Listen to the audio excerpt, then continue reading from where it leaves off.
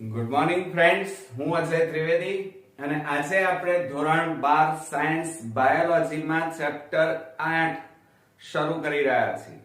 માનવ સ્વાસ્થ્ય અને તેના રોગો, એટલે કે હ્યુમન હેલ્થ એન્ડ ડિસીઝ. તો મિત્રો, આપણે જાણીએ છીએ પ્રમાણે માનવ સ્વાસ્થ્ય અને રોગો. તો માનવ સ્વાસ્થ્ય, પહેલું સુખ તે જાતે ન રહે. જો શરીર તંદુરસ્ત હોય, મન તંદુરસ્ત હોય તો આપણે કોઈ પણ કાર્ય સારું કરી શકીએ. પરંતુ પહેલાના સમયમાં એવું નહોતું. પહેલાના સમયની અંદર આપણે જાણીએ છીએ પ્રમાણે સ્વાસ્થ્યને લાંબા સમયથી શરીર અને મનની એવી સ્થિતિ માનવામાં આવતી હતી કે જેમાં દેહના કેટલાક વાત, પિત્ત અને કફ. વાત એટલે વાયુ, પિત્ત એટલે યકૃતમાં રહેલો યકૃત રસ, એને પિત્ત કહેવાય, પિત્ત રસ, અને કફ જેવા દોષોનું હમર નું સંતુલન જળવાઈ રહેતું હતું. એટલે મિત્રો, સ્વાસ્થ્ય પહેલાના સમયમાં એવું માનવામાં આવતું કે જો વાત એટલે વાયુ, પિત્ત એટલે પિત્તરસ અને કફ, આ ત્રણે જો એનું સંતુલન જળવાઈ રહે તો મિત્રો શરીર અને મન બંનેની સ્થિતિ તંદુરસ્ત રહેતી હતી એવું માનવામાં આવતું હતું. પ્રાચીન ગ્રીકના હિપોક્રેટસ, યાદ રાખજો નીટ માટે, પ્રાચીન ગ્રીકના હિપોક્રેટસ તેમજ ભારતીય આયુર્વેદિક ચિકિત્સા તંત્રમાં પણ આવું જ પહેલા માનવામાં આવતું હતું.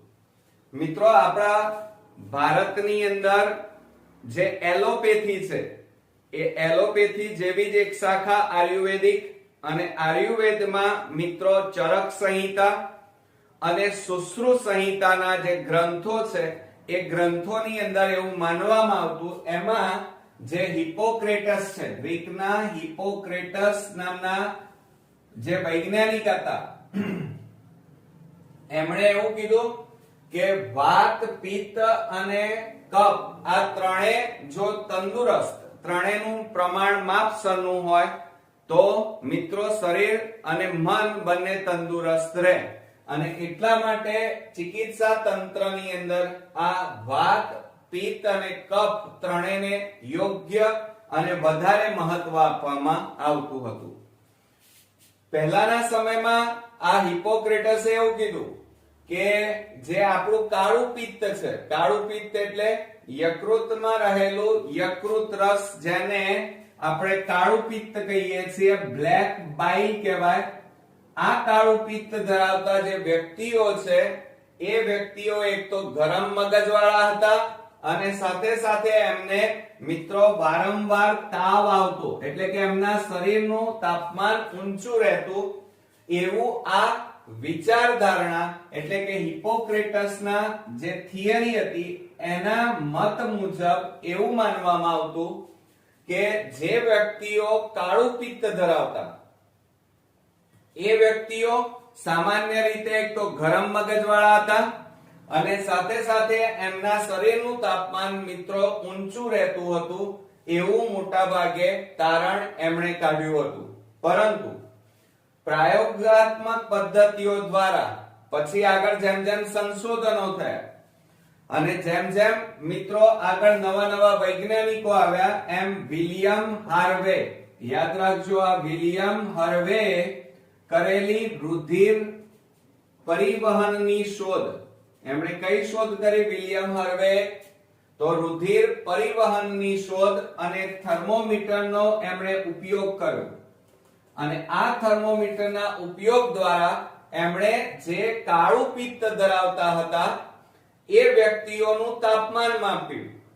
તો એમને જાણવામાં આવ્યું કે કાળું પિત્ત ધરાવતા વ્યક્તિનું જે શરીરનું તાપમાન હતું, એ તાપમાન નીચું હતું, બરોબર, અને એ સારી તંદુરસ્તી ધરાવતા હતા, એટલે કે સારી તરલ ગુડ હમર ધરાવતા હતા.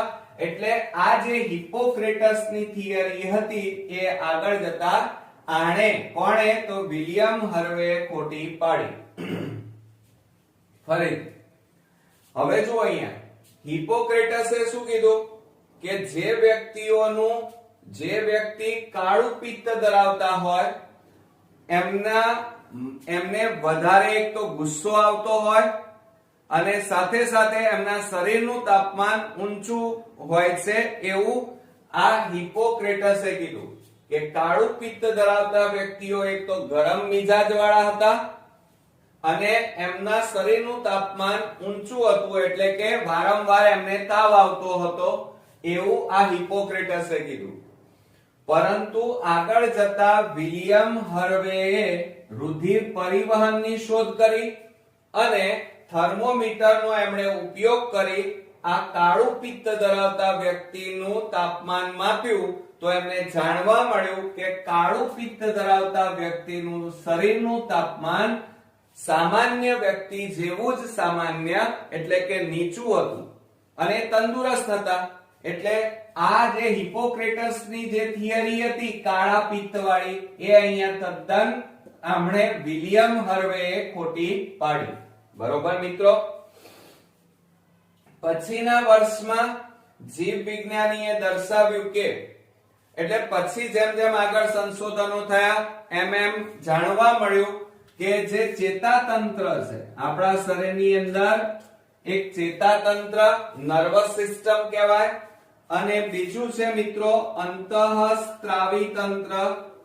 આ બંને તંત્ર આપણા શરીરની અંદર રોગ પ્રતિકારક તંત્ર ઉપર અસર કરે છે. આ યાદ રાખજો કે એક તો ચેતાતંત્ર એટલે કે નર્વસ સિસ્ટમ, બીજું છે અંતઃસ્ત્રાવી તંત્ર.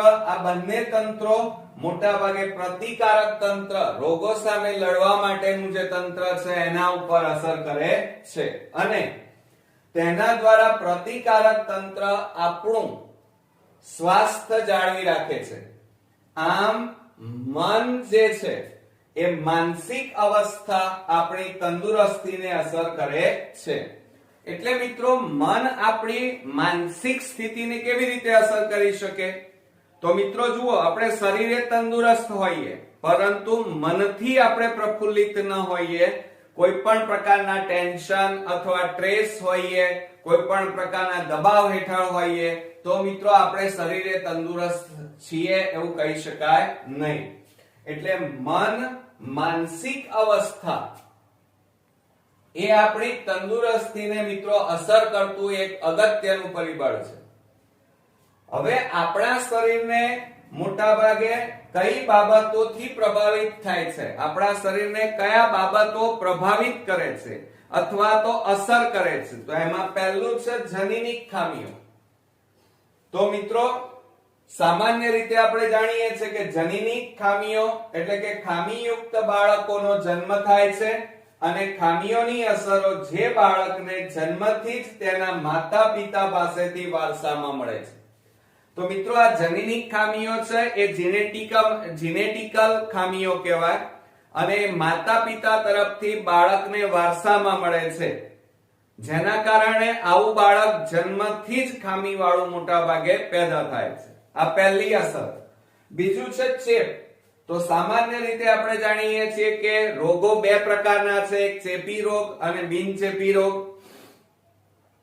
હમણાં જ આપણે ભણી ગયા અને અત્યારે હમણાં છેલ્લા કેટલાક સમયથી અનુભવી રહ્યા છીએ કોરોના વાયરસ. બરોબર. તો આ જે અત્યારે આ કોરોના વાયરસ છે એ ચેપી છે એટલે કે કોવિડ, બરોબર, કોરોના આ એક ચેપી રોગ છે અને આપણે જાણીએ છીએ કે આવા બીમાર વ્યક્તિના સંપર્કમાં આવીએ તો અન્ય વ્યક્તિને પણ મોટા ભાગે થઈ શકે, તો એને ચેપી રોગ કહેવાય. જેમ કે શરદી છે, બરોબર. તો આ બધા ચેપ એક બીમાર વ્યક્તિના સંપર્કમાં તંદુરસ્ત વ્યક્તિ આવે તો તંદુરસ્ત વ્યક્તિ પણ બીમાર પડે તો એને ચેપ લાગ્યો એમ કહેવાય.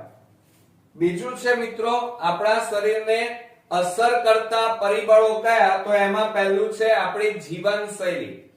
અને એમાં મિત્રો જીવનશૈલી એટલે જીવન જીવવાની આપણી પદ્ધતિ. જેમાં આપણે ખોરાક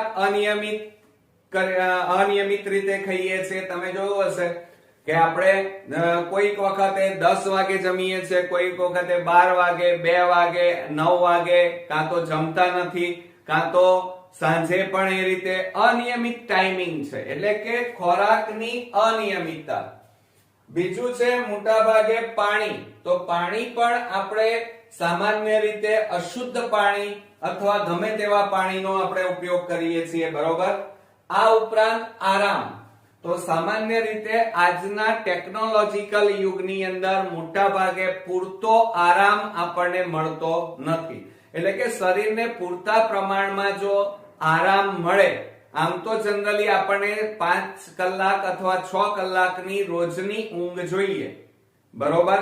પણ એ આ ટેકનોલોજીકલ ટીવી અને મોબાઈલ યુગની અંદર આપણને પૂરતો આરામ મળતો નથી. બીજું વ્યાયામ. વ્યાયામ કરવાથી મિત્રો આપણું શરીર તંદુરસ્ત રહે, પરંતુ આપણું જે જીવન પ્રણાલી છે એ બેઠાડું થઈ ગઈ છે અને એના કારણે આપણા શરીરને પૂરતા પ્રમાણમાં એક્સરસાઇઝ મળતી નથી અને એના કારણે પણ આપણું શરીર થોથર બને છે અને બીમારયુક્ત બને છે. બીજું કે તે ઉપરાંત આદતો એટલે જમવાની, પીવાની, ઊંઘવાની, ચાલવાની, દોડવાની, આ બધી ખરાબ કુટેવો જે આપણા શરીરમાં, આપણા જીવન પ્રણાલીમાં ઘૂસી ગઈ છે, એ આદતો જે આપણે ધરાવીએ છીએ આ અથવા તેનો અભાવ, તો આ બધા આપણા સ્વાસ્થ્ય અથવા તંદુરસ્ત શરીર ઉપર અસર કરતા પરિબળો છે. એમાં મિત્રો જીનેટિકલ ખામીઓ છે, એમાં માતા પિતા તરફથી વારસામાં મળે અને એના કારણે જન્મથી જ બાળક હંમેશા ખામીયુક્ત બને. તમે જાણો છો કે સામાન્ય રીતે કોષની અંદર કોષ કેન્દ્રની અંદર સામાન્ય રીતે રંગસૂત્ર, અને રંગસૂત્રની અંદર શું આવેલું હોય, એનો એક ખંડ એટલે ડીએનએ, અને આ ડીએનએ મિત્રો ખામીયુક્ત હોય તો સામાન્ય રીતે જનીન ખામીયુક્ત બને અને એના કારણે બાળક ખામીયુક્ત પેદા થાય અને એના કારણે આપણને રંગઅંધતા, ક્રિટિનિઝમ, હિમોફેલિયા, બરોબર, આવી બધા જનીનિક ખામીઓ મિત્રો મોટા ભાગે જોવા મળે છે, જે માતા પિતા તરફથી આપણને વારસામાં મળે છે. બીજું, સ્વાસ્થ્ય શબ્દ લોકો દ્વારા વારંવાર વપરાય છે. આપણે બધાને કહેતા હોઈએ છીએ કે કેમ છો, મજામાં? એટલે બધા કે મજામાં, એટલે આપણને એવું લાગે કે એ તંદુરસ્ત છે, બરોબર. પણ વાસ્તવમાં મિત્રો એનો અર્થ એ નથી. હું એમ કહું તમને કે કેમ છો, મજામાં? એટલે તમે કહેશો મજામાં, તો એનો અર્થ ધ્યાન રાખો કે રોગની અનુપસ્થિતિ, એટલે કે તમને એક પણ રોગ નથી એટલે તમે તંદુરસ્ત છો એવું ન માની શકાય. કેમ? કારણ કે શરીર એકલું તંદુરસ્ત ના જોઈએ. જુઓ, શારીરિક સ્વચ્છતા નથી તેને પણ સંપૂર્ણપણે જુઓ, આપણે 3 વસ્તુથી તંદુરસ્ત જોઈએ. એક શારીરિક રીતે શરીરે તંદુરસ્ત, માનસિક એટલે મન દ્વારા તંદુરસ્ત, અને ત્રીજું સમાજની અંદર આપણે તંદુરસ્ત જોઈએ તો આપણે શરીરમાં તંદુરસ્તી છે એમ કહેવાય. એટલે કે શારીરિક, માનસિક અને સામાજિક આ ત્રણેય પરિસ્થિતિઓ આપણી પ્રબળ હોવી જોઈએ. શારીરિક સ્થિતિની વાત કરીએ તો આપણને કોઈ પણ રોગ ન હોવો જોઈએ, બરોબર. બીજું, માનસિક એટલે કોઈ પણ પ્રકારનું ટેન્શન, સ્ટ્રેસ, કોઈ પણ પ્રકારનું અન્ય ચિંતા આપણને હોવી ન જોઈએ. ત્રીજું છે સામાજિક રીતે. સામાજિક રીતે એટલે આપણે બધા જોડે સારી રીતે હળી મળીને રહેતા હોવા જોઈએ. આપણું સારી રીતે સમાજની અંદર બધા જોડે પ્રેમ ભાવથી રહેતા હોય, બરોબર, તો એ સામાજિક અર્થ કહેવાય.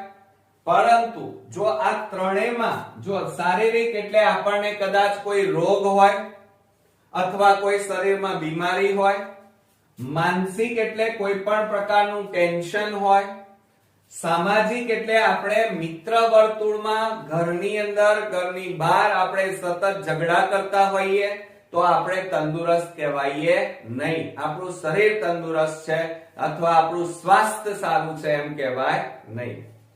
બીજું, જ્યારે લોકો સ્વસ્થ હોય છે ત્યારે તેઓ વધુ સક્ષમતાથી, જુઓ મિત્રો, તમે શારીરિક, માનસિક અને સામાજિક ત્રણેય રીતે જો તમે સ્વસ્થ એટલે કે તંદુરસ્ત હોય તો તમે સારી રીતે ભણી પણ શકો, સારી રીતે વાંચી શકો અને સારી રીતે યાદ રાખી અને તમે સારા ટકા લાવી શકો. એમ તમારા પપ્પા પણ જો શારીરિક, માનસિક અને સામાજિક રીતે તંદુરસ્ત હોય તો એ મિત્રો સારા રીતે ખૂબ જ પ્રબળતાથી કામ પણ કરી શકે અને સાથે સાથે ખૂબ સારા પૈસા પણ કમાઈ શકે. એટલે કે આર્થિક સમૃદ્ધિમાં મિત્રો વધારો થાય, ઉત્પાદકતામાં વધારો થાય. બીજું, સ્વાસ્થ્ય સારું હોય, શારીરિક, માનસિક અને સામાજિક તંદુરસ્તી હોય તો વ્યક્તિના આયુષ્યમાં વધારો થાય. એટલે મિત્રો શિશુ અને માતાના જે મૃત્યુ દર છે એમાં મિત્રો શું થાય? ઘટાડો થાય. બરોબર? બીજું, હવે આ સારું સ્વાસ્થ્ય જાળવવા માટે આપણે શું કરવું જોઈએ? તો મિત્રો સારું સ્વાસ્થ્ય જાળવવા માટે એક તો સંતુલિત આહાર લેવો જોઈએ. શું લેવું જોઈએ? સંતુલિત એટલે કે પોષણ સભર, પ્રોટીન, વિટામિન, ચરબી, ખનિજ દ્રવ્ય યુક્ત સમતોલ એટલે કે સંતુલિત આહાર ખોરાક ખાવો જોઈએ. બીજું, આ ઉપરાંત વ્યક્તિગત સ્વચ્છતા એટલે કે શરીરની સ્વચ્છતા રાખવી, વ્યવસ્થિત રીતે આપણે નહાવું જોઈએ, શરીરના દરેકે અંગોની ચોખ્ખાઈ રાખવી જોઈએ. બીજું, તે ઉપરાંત નિયમિત વ્યાયામ કરવો જોઈએ એટલે એક્સરસાઇઝ, થોડી પણ એક્સરસાઇઝ આપણે વ્યાયામ કરવો જોઈએ. બરોબર? આ ત્રણેય સંતુલિત આહાર, વ્યક્તિગત સ્વચ્છતા અને નિયમિત વ્યાયામ, આ ત્રણેય જો કરવામાં આવે તો આપણું સ્વાસ્થ્ય કેવું રહે મિત્રો? સારું રહે. બરોબર? બીજું, શારીરિક અને માનસિક સ્વાસ્થ્ય પ્રાપ્ત કરવા માટે પ્રાચીન કાળથી યોગનો અભ્યાસ પણ કરવામાં આવે છે. તમારે શરીરે તંદુરસ્ત રહેવું હોય, માનસિક રીતે તંદુરસ્ત રહેવું હોય તો ધ્યાન ધરવું જોઈએ. ધ્યાન એટલે યોગ, બાબા રામદેવ. બરોબર? તો આ યોગ એ જ આપણી કસરત અથવા ધ્યાન. આ જો કરવામાં આવે તો આપણું શરીર મિત્રો શારીરિક અને માનસિક રીતે સ્વસ્થ બને અને એના કારણે આપણે સારું કાર્ય કરી શકીએ અને સારા કાર્ય કરવાના કારણે આપણી સમાજની અંદર આપણી આબરૂ વધે. આ ઉપરાંત મિત્રો રોગો પ્રત્યે જાગૃતતા પણ હોવી જોઈએ. બરોબર? રોગો પ્રત્યે જાગૃતતા એટલે કોઈ બીમાર વ્યક્તિ હોય તો એનાથી દૂર રહેવું. જેમ કે કોઈ વ્યક્તિને આ કોરોના થયો હોય તો એનાથી દૂર રહેવું, શુદ્ધ પાણી પીવું, સમતોલ આહાર લેવો. બરોબર? બીજું કે આ ઉપરાંત આ જે જાગૃતતા એટલે કે જુદા જુદા જે રોગો છે એ રોગો પ્રત્યે એને અવેરનેસ અથવા એને જાણકારી હોવી. બીજું, આ ઉપરાંત શરીરના વિવિધ કાર્યો પર તેમની અસરો એટલે કે કદાચ જો આપણને શરદી થઈ હોય તો એના માટે કેવી સાવચેતી રાખવી, માસ્ક પહેરવો. દાખલા તરીકે કોરોના હોય, બરોબર, અત્યારે કોરોના વાયરસ થી આપણને રોગો થઈ રહ્યા છે, COVID-19, તો માસ્ક પહેરો, સેનેટાઈઝર થી હાથ ધોવા, બરોબર, દૂર રહી અને વાતચીત કરવી, 2 ગજ કી દૂરી. બરોબર? તો આવી બધી સાવચેતીઓ રાખવામાં આવે. આ ઉપરાંત ચેપગ્રસ્ત રોગો સામે રસીકરણ એટલે કે વેક્સિનેશન કરવામાં આવે. હવે વેક્સિનેશન એટલે જુદા જુદા રોગો માટેની જુદી જુદી રસીઓ શોધાઈ ચૂકી છે મિત્રો, અને આપણે સમયે સમયે લેવી જોઈએ તો એ રોગોથી આપણે બચી શકીએ. અત્યારે કોવિડ-19 માટેની રસી અત્યારે નરેન્દ્ર મોદી આપણને સરકાર તરફથી મફતમાં આપવામાં આવે તો પણ લોકો લેતા નથી, અને પછી આપણે બૂમો પાડીએ કે હોસ્પિટલોમાં જગ્યા નથી, ઓક્સિજનના બાટલા નથી. પણ મિત્રો, જો આપણે સમયસર રસી લઈ લીધી હોય તો આપણે કોરોના જેવી ભયંકર બીમારીથી આપણે બચી શકીએ. એટલે મિત્રો, આપણે રસીકરણ વેક્સિનેશન કરવું જોઈએ. બીજું, આ ઉપરાંત મિત્રો, ઉત્સર્ગ દ્રવ્યોનો યોગ્ય નિકાલ. ઉત્સર્ગ દ્રવ્યો એટલે નકામા મળ, મૂત્ર, એઠવાડ, આ બધાને ગમે ત્યાં ન ફેંકતા એનો યોગ્ય નિકાલ કરવો જોઈએ. કારણ કે જે આ ઉત્સર્ગ દ્રવ્યો છે એ મિત્રો માખી અને મચ્છરનું રહેઠાણ સ્થાન કહેવાય, અને આ માખી અને મચ્છર એ રોગના વાહકો છે, પેથોજન્સ કહેવાય એને. અને એટલા માટે મળ, મૂત્ર જેવા ઉત્સર્ગ દ્રવ્યોનો યોગ્ય અને બીજાને નુકસાન ન થાય એવી જગ્યાએ એનો નિકાલ કરવો જોઈએ. બીજું, આ ઉપરાંત વાહકોનું નિયંત્રણ. હવે વાહકો કેટલા છે? 2. કયા કયા? મચ્છર અને માખી. આ મચ્છર અને માખી એ રોગના વાહકો છે, એટલે એને પેથોજન્સ કહેવાય. તો આ વાહકોનું નિયંત્રણ કરવા માટે આપણી આજુબાજુ ખાડા, ખાબોચિયા, ગંદકી હોય તો એને દૂર કરવી જોઈએ. ગમે ત્યાં પાણી ભરાઈ ન રહે એની સાવચેતી રાખવી. જંતુનાશક દવાઓનો છંટકાવ કરવો. ડીડીટી વાપરના જંતુનાશક દવાઓનો છંટકાવ કરવો. તો આ વાહકોનું નિયંત્રણ કરવામાં આવે તો આપણે ચેપી રોગોનો ફેલાવો થતો અટકાવી શકીએ. બીજું, આ ઉપરાંત આરોગ્યપ્રદ. આરોગ્યપ્રદ એટલે શું? ખોરાકમાં તો સામાન્ય રીતે ફળફળાદી, દૂધ, બરોબર, લીલા શાકભાજી, પોષક દ્રવ્યો સભર વિટામિન, પ્રોટીન, ચરબી, ખનિજ ક્ષારો, આવા આરોગ્યપ્રદ મોટાભાગે ખોરાક લેવામાં આવે. સાથે સાથે પાણીના સ્ત્રોતોની જાળવણી, એટલે કે મિત્રો શુદ્ધ પાણી પીવામાં આવે અને અશુદ્ધ પાણીનો નિકાલ કરવામાં આવે. તો ચોખ્ખું પાણીનો યોગ્ય જે સ્ત્રોતો હોય, બરોબર, એની જાળવણી કરવામાં આવે તો સારું સ્વાસ્થ્ય મેળવવા માટે આ બધી બાબતો જરૂરી છે. કઈ કઈ? એક તો રોગો પ્રત્યે જાગૃતતા, આપણને ખબર હોવી જોઈએ કે એનાથી કેવી રીતે બચી શકાય. જેમ કે માસ્ક પહેરવું, હાથ સેનિટાઈઝ કરવા, ગમે ત્યાં ગળફા ન ફેંકવા, બરોબર. બીજું કે આ ઉપરાંત સામાન્ય રીતે ચેપગ્રસ્ત રોગો સામે રસીકરણ એટલે સમય સમયે રસી લેવી. ઉત્સર્ગ દ્રવ્યોનો નિકાલ કરવો, વાહકોનું નિયંત્રણ કરવું, આરોગ્યપ્રદ એટલે કે હેલ્ધી ફૂડ લેવું, પાણીના સ્ત્રોતોની જાળવણી કરવી. આ બધી બાબતો સારા સ્વાસ્થ્યમાં અગત્યનો ભાગ ભજવે છે. બીજું, જ્યારે શરીરના એક કે વધુ અંગો કે તંત્રોને કાર્યોની પ્રતિકૂળ અસરો થાય, એટલે કે જ્યારે આપણા શરીરમાં રોગગ્રસ્ત પરિસ્થિતિનું નિર્માણ થાય.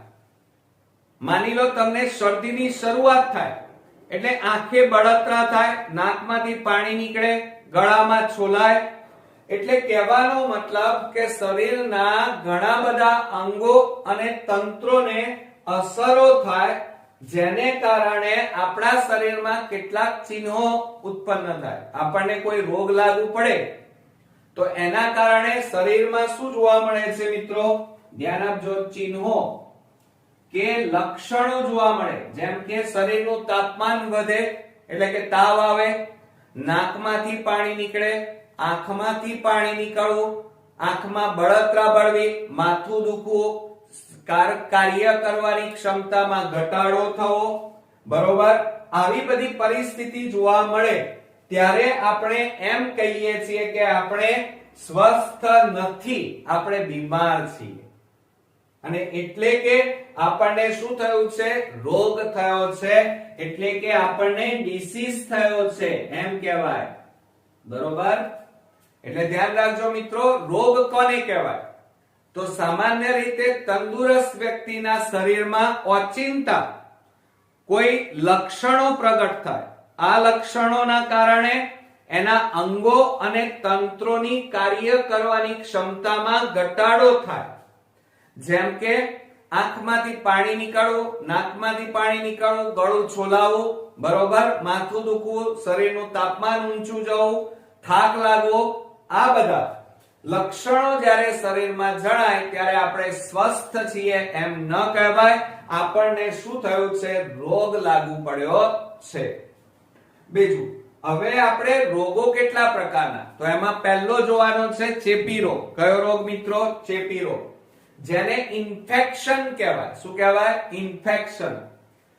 હવે ચેપી રોગ કોને કહેવાય? તો જે રોગ તંદુરસ્ત વ્યક્તિ, એક બીમાર વ્યક્તિ છે અને એક તંદુરસ્ત વ્યક્તિ, તો બીમાર વ્યક્તિના સંસર્ગમાં આવવાથી પેલા તંદુરસ્ત વ્યક્તિને પણ રોગ લાગુ પડી જાય તો આવા રોગને ચેપી રોગ કહેવાય. એટલે કે જે રોગો એક વ્યક્તિમાંથી બીજી વ્યક્તિમાં ફેલાય, જેમ કે કોરોના વાયરસ, બરોબર, કોવિડ-19, બરોબર, તો એક વ્યક્તિમાંથી બીજી વ્યક્તિમાં સરળતાથી રોગ ફેલાય તે રોગને આપણે શું કહીએ છીએ? ઇન્ફેક્શન ડિસીઝ, એટલે કે ચેપી રોગ કહીએ છીએ. ચેપી રોગો સામાન્ય છે અને આપણે ક્યારેક તેના શિકાર પણ બનીએ છીએ. કેટલાક ચેપી રોગો જેવા કે એઇડ્સ એ ખૂબ જ ભયાનક અને ઘાતક છે. એટલે મિત્રો આ એઇડ્સ છે, AIDS, Acquired Immunodeficiency Syndrome. આ રોગ એઇડ્સ એ HIV વાયરસથી થાય છે અને ચેપી રોગ છે. એટલે એઇડ્સ વાળી વ્યક્તિના સંપર્કમાં તંદુરસ્ત વ્યક્તિ આવે તો એ વ્યક્તિને પણ એઇડ્સ થઈ જાય. તો આ બધા ચેપી રોગની વાત કરી મિત્રો. એટલે ફરીથી ધ્યાન રાખજો કે જે રોગો એક વ્યક્તિમાંથી બીજી વ્યક્તિમાં ફેલાય આવા રોગોને ચેપી રોગ કહેવાય. અને ચેપી રોગોમાં મિત્રો આપણે એઇડ્સ યાદ રાખવાનું છે અને એ એઇડ્સ એ HIV વાયરસથી થાય છે. તો મિત્રો આજે આપણે આ ટોપિકની અંદર માનસિક સ્વાસ્થ્ય અને તેના રોગોમાં એની શરૂઆતની પ્રસ્તાવનાઓ જોઈ. એમાં મિત્રો તમારે યાદ એ રાખવાનું છે કે આયુર્વેદિક શાસ્ત્ર એમાં બે વસ્તુ, ચરક સંહિતા અને સુશ્રુત સંહિતા યાદ રાખજો કે આયુર્વેદિકમાં બે ગ્રંથો, ચરક સંહિતા અને સુશ્રુત સંહિતા. એમાં યાદ રાખવાનું છે ગ્રીકના હિપોક્રેટસ નામના જે વૈજ્ઞાનિક હતા, એમણે એવું કીધું હતું કે જેનું કાળું પિત્ત હોય એ ગુસ્સાવાળા અને એને તાવ આવે વારંવાર, એવું એમણે કીધું. પણ આ વિલિયમ હાર્વે રુધિર પરિવહનની શોધ કરી અને થર્મોમીટરનો ઉપયોગ કરી અને કાળું પિત્ત ધરાવતા વ્યક્તિનું તાપમાન માપ્યું તો એ તાપમાન સામાન્ય વ્યક્તિ જેવું નીચું હતું. એને કોઈ રોગ લાગુ પડેલો નહોતો. અને માટે વિલિયમ હાર્વે આ જે હિપોક્રેટસની જે થિયરી હતી કાળા પિત્ત વાળી એ એને ખોટી પાડી. આ યાદ રાખજો. બીજું, આ ઉપરાંત મિત્રો કે સામાન્ય રીતે ચેતાતંત્ર અને અંતઃસ્ત્રાવી તંત્ર એ કોના ઉપર અસર કરે છે? રોગ પ્રતિકારક તંત્ર ઉપર અસર કરે છે.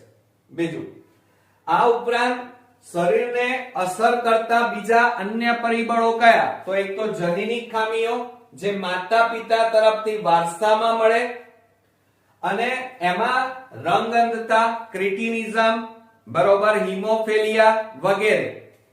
અને એની અંદર જનીનિક ખામીમાં યાદ રાખજો કે કોષની અંદર મધ્યમાં કોષ કેન્દ્રની અંદર 23 જોડ રંગસૂત્રો એટલે કે 46 રંગસૂત્રો.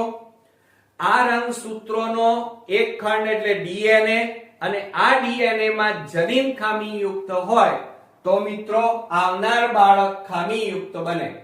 એટલે માતા પિતા તરફથી વારસામાં આ ખામી આપણને મળે છે, જેને જનીનિક ખામી કહેવાય. બીજું છે ચેપ. ત્રીજું છે આપણી જીવનશૈલી, જેમાં ખોરાક, પાણી, આરામ, વ્યાયામ, કસરત વગેરે. બીજું, આપણે સ્વસ્થ ક્યારે હોઈએ, તંદુરસ્ત ક્યારે છીએ? તો જ્યારે આપણી 3 પરિસ્થિતિઓ શારીરિક, માનસિક અને સામાજિક, આ 3 બાબતોમાં જો આપણે તંદુરસ્ત હોઈએ તો મિત્રો આપણું શરીર તંદુરસ્ત શરીર કહેવાય. બરોબર? અને આપણે સારી રીતે વાંચી શકીએ, ભણાઈ શકીએ, ભણી શકીએ અને સારું રિઝલ્ટ આપણે લાવી શકીએ. બીજું, આ ઉપરાંત મિત્રો સારું સ્વાસ્થ્ય જાળવવા માટે આપણે કઈ બાબતો? તો એક તો સંતુલિત આહાર, બરોબર, વ્યક્તિગત સ્વચ્છતા રાખવી, નિયમિત વ્યાયામ કરવો, યોગ કરવો વગેરે. બીજું, આ ઉપરાંત આપણને રોગો ન થાય એ માટે શું કરવું જોઈએ? તો સામાન્ય રીતે રોગો પ્રત્યેની જાગૃતતા, એટલે કે એના વિશેની બેઝિક માહિતી હોવી જોઈએ. બીજું, આ ઉપરાંત રસી, આપણે બધા જુદા જુદા રોગો માટેની રસી લીધેલી હોવી જોઈએ. ઉત્સર્ગ દ્રવ્યોનો નિકાલ કરવો, વાહકોનું નિયંત્રણ, આરોગ્યપ્રદ ખોરાક લેવો જોઈએ, શુદ્ધ પાણીનો ઉપયોગ કરવો વગેરે સારા સ્વાસ્થ્ય માટે યોગ્ય અને અસરકારક પરિબળો છે. બીજું, આ ઉપરાંત આપણે બીમાર ક્યારે પડીએ? તો આપણા શરીરની પરિસ્થિતિ, આપણા શરીરની કાર્ય કરવાની ક્ષમતામાં ઘટાડો થાય તો આ પરિસ્થિતિને આપણે એમ સમજવાનું કે આપણે કોઈ નવા ચિહ્નો જ્યારે જોવા મળે આપણા શરીરમાં, ત્યારે આપણે બીમાર થયા છીએ એમ કહેવાય, આપણને ચેપ લાગ્યો છે એમ કહી શકાય. અને એમાં ચેપની વાત કરીએ તો એક તંદુરસ્ત વ્યક્તિ, ધ્યાન રાખજો, જે રોગ એક વ્યક્તિમાંથી બીજી વ્યક્તિમાં ફેલાય આ રોગને ચેપી રોગ કહેવાય. અને એમાં એઇડ્સ યાદ રાખવાનું છે, એક્વાયર્ડ ઇમ્યુનોડિફિશિયન્સી સિન્ડ્રોમ. અને આ રોગ એ HIV વાયરસથી થાય છે મિત્રો. બરોબર? ખ્યાલ આવ્યો? તો આ હતી આપણી ચેપ્ટર 8 ની પ્રસ્તાવના. નેક્સ્ટ વિડિયોમાં બીજા આપણે ટેક્સ્ટ બુકના અગત્યના ટોપિક સાથે ફરીથી મળીશું. ત્યાં સુધી ગુડ નાઇટ ફ્રેન્ડ્સ.